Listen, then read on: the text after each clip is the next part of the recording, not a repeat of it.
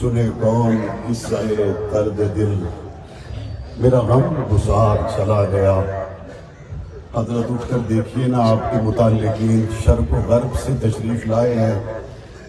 پہلے آپ انہیں دعا دے کر روانہ کیا کرتے تھے، آج یہ آپ کو دعا دے کر روانہ کر لے آئے ہیں۔ ہر آنکھ چاہتی ہے کہ وہ حضرت کو ایسا دیکھ لے کہ اس وقت دنیا میں اس کے لیے اس سے بڑا کوئی سرمایہ نہیں کہ وہ اپنے شیخ کی زیارت کرے۔ الفاظ تعزیت کے لیے ختم ہو گئے۔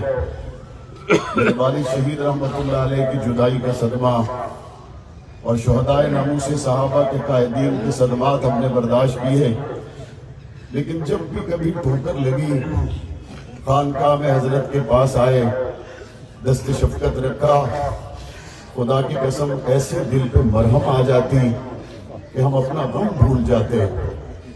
خدا کرے اب ایسے صدمات نہ آئیں، چونکہ دلاسا دینے والا اب نہیں رہا۔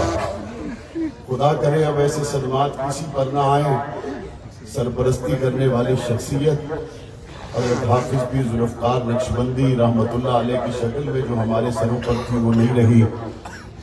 آخری بات وہی عرض کرتا ہوں جو حضرت والد شہید رحمت اللہ علیہ کے جنازہ میں علامہ علی شیر حیدری شہید رحمت اللہ علیہ نے کی تھی، اور انہوں نے فرمایا تھا بھائی بات یہ ہے، کام اللہ کا ہے اور اللہ وہ ہے جسے موت نہیں آتی۔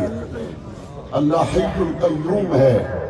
22 جمادی الثانی سیدنا ابو بکر صدیق رضی اللہ تعالیٰ عنہ کا یوم وفات، اور 22 جمادی الثانی کو سلسلہ نقشبند کے روشن چراغ حضرت پیر عبد الرحیم رحمت اللہ علیہ اور حضرت جی پیر مولانا ذوالفقار نقشبندی رحمت اللہ علیہ کا ہم سے بچھڑ جانا، درست فرمایا حضرات نے، وہ ایک چراغ تو گیا لیکن کئی چراغ روشن کر گیا۔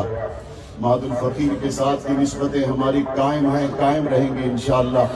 حضرت کے صاحبزادگان حضرت مولانا حبیب اللہ نقشبندی حفظہ اللہ تعالی، حضرت مولانا حافظ سیف اللہ نقشبندی دامت برکاتہم العالیہ، اور حضرت مولانا حبیب اللہ جنہوں نے اس مدرسے میں، صحیح بات یہ ہے کہ حضرت کا جو اعتماد حضرت شیخ الحدیث صاحب کو حاصل تھا، اللہ تبارک و تعالیٰ نے وہ نور وہ صفات ان میں رکھی ہیں کہ انشاءاللہ حضرت کے بعد یہ گلشن حضرات کی شب و روز کی محنت کے ساتھ اسی طرح جگمگاتا رہے گا انشاءاللہ۔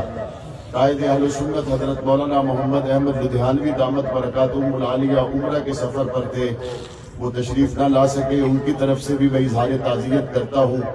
علامہ غازی اورنگزیب فاروقی دامت برکاتہم العالیہ سفر کرنا چاہتے تھے لیکن موسم کی وجہ سے وہ نہ پہنچ سکے۔